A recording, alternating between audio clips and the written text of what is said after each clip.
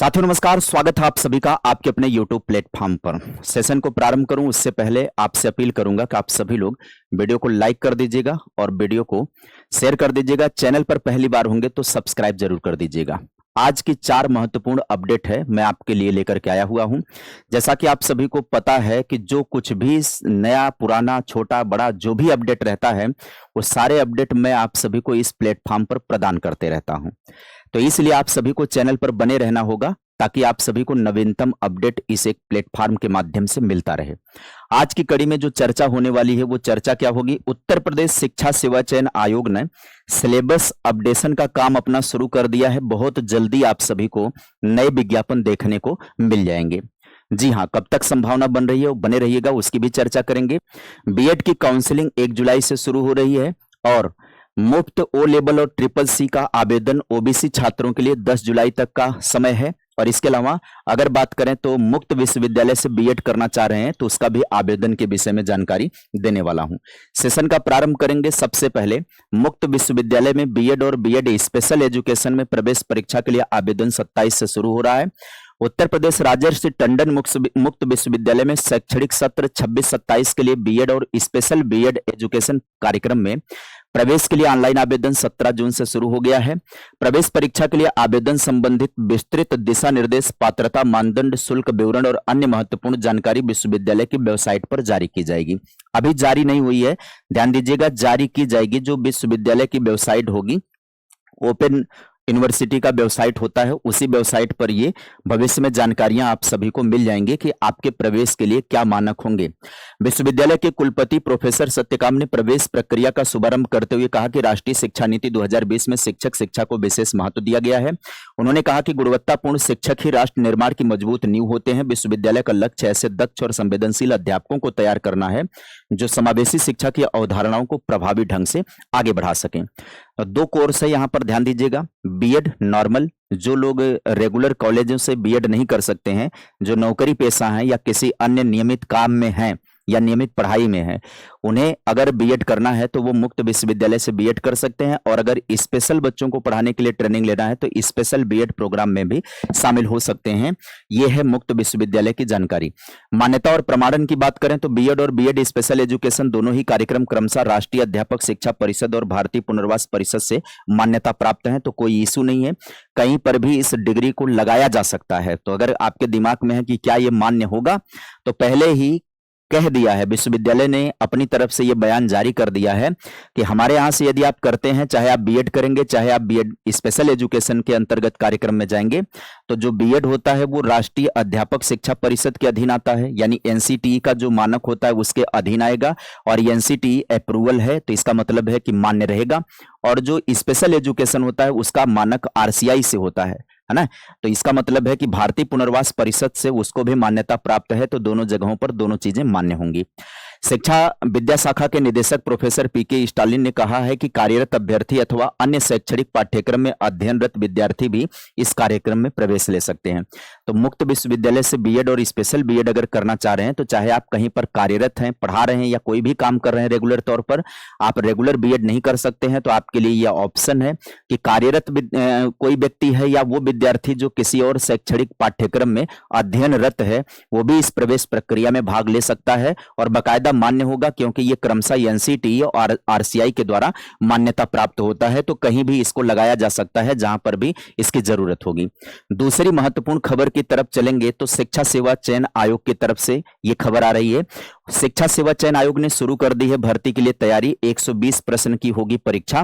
भर्ती में ये परीक्षा का पाठ्यक्रम अपना अपडेट कर रहे हैं। आइए एक बार हम वेबसाइट पर चलते हैं और आपको दिखाते हैं कि पाठ्यक्रम अपडेशन में क्या करेंगे। जब आप आयोग की वेबसाइट पर जाओगे तो आयोग की वेबसाइट पर जाओगे तो आप यहां पर देख सकते हो, ये हायर एजुकेशन को लेकर के है, जिसमें असिस्टेंट प्रोफेसर, प्रिंसिपल और आल की बात करें तो यहां पर देख लीजिए, असिस्टेंट प्रोफेसर सब्जेक्ट बीएड है, ओल्ड सिलेबस और न्यू सिलेबस यहां पर देख सकते हैं, इसको क्लिक करके हिंदी में।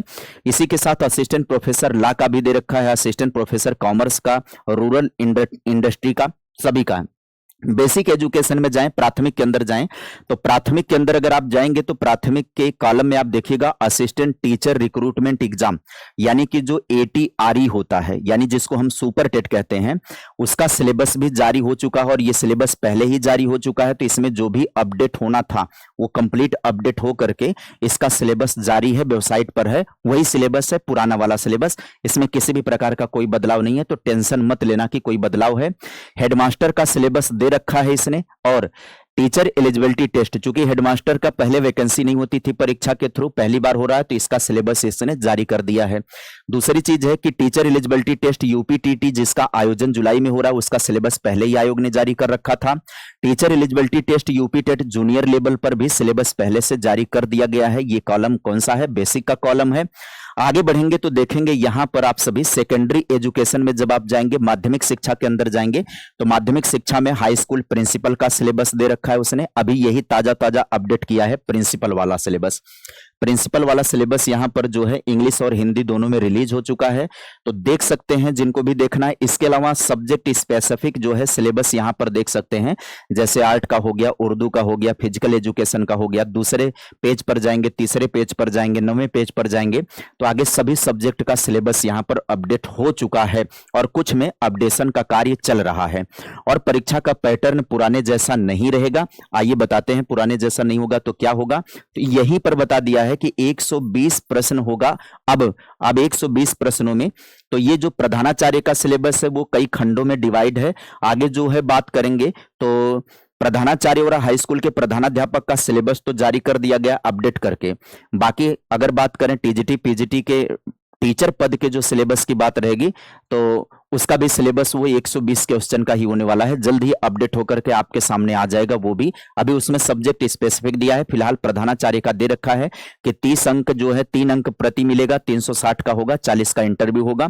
तो प्रधानाचार्य वाला ये है, प्रधानाचार्य और उनका।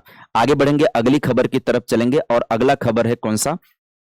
अगला खबर आपके सामने है कि निःशुल्क O लेवल और CCC यानी CCC प्रशिक्षण के लिए 10 जुलाई तक आवेदन करने का अवसर है। जिला पिछड़ा वर्ग कल्याण अधिकारी आशीष द्विवेदी ने बताया कि वित्तीय वर्ष 26-27 में पिछड़ा वर्ग के बेरोजगार युवक युवतियों को रोजगारोन्मुखी कौशल प्रदान करने के लिए उद्देश्य से निःशुल्क O लेवल और CCC कंप्यूटर प्रशिक्षण योजना संचालित की जा रही है।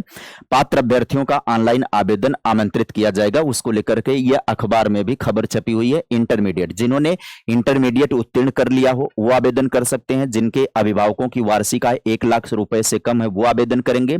अभ्यर्थी की आयु 35 वर्ष से अधिक ना हो और साथ ही आवेदक जनपद का मूल निवासी हो, बेरोजगार तथा किसी शिक्षण संस्थान से छात्रवृत्ति ना ले रहा हो। तो ये कहां से आया हुआ है? प्रयागराज से आया हुआ है। इसी तरह से अलग अलग जिलों का निकलता रहता है, जैसे ये प्रयागराज का आया हुआ है, इसी तरह से अलग अलग जिलों से ये निकलता रहता है। अगर कोई सर्टिफिकेट के लिए करना चाहता है तो वो करेगा, अपने यहाँ वो जानकारी ले लेगा जा करके। आपके जो विकास खंड होता है या आपका जो पंचायत भवन होता है वहां से भी जानकारी मिल जाएगी। मतलब जिला स्तर पर आप जाएंगे तो जिला स्तर पर भी आपको जानकारी मिल जाएगा।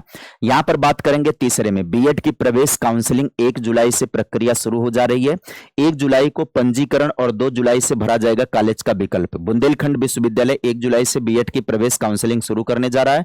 3 चरण में होने वाली काउंसलिंग का समय 15-15 दिन का होगा। इसके लिए सभी विश्वविद्यालय से सीटों का ब्यौरा एकत्रित कर लिया गया है। सीट कितने हैं, कहां पर हैं, वो सारे एकत्रित कर लिए गए हैं। सभी ब्यौरा यहां पर बृहस्पतिवार को कुलपति व कुल सचिव संयुक्त रूप से कुल सचिवों को काउंसलिंग से संबंधित दिशा निर्देश देंगे। तो जितने लोगों को करना है बीएड की प्रवेश परीक्षा 31 मई को प्रदेश के 72 जिले में हुआ था। 1011 केंद्रों पर कराई गई थी। विगत 3 वर्षों की तुलना में इस बार बीएड में प्रवेश लेने वाले संख्या ज्यादा है, इसलिए 1 जुलाई से काउंसलिंग की प्रक्रिया शुरू हो जाएगी। इस परीक्षा के लिए कुल पंजीकरण हुआ था। 4,44,958 अभ्यर्थी पंजीकृत हुए थे, जिनमें 4,05,006 विद्यार्थियों ने परीक्षा दी थी। इनकी काउंसलिंग की प्रक्रिया 15-15 दिन के अंतराल पर यह काउंसलिंग प्रक्रिया शुरू कर दी जा रही है। और कुल सचिव ज्ञानेंद्र कुमार ने बताया कि 1 जुलाई से काउंसलिंग की तैयारी पूरी कर ली गई है। बृहस्पतिवार को सभी विश्वविद्यालय के कुल सचिव के संग चर्चा होगी और इसको लेकर के दिशा निर्देश जारी किए जाएंगे।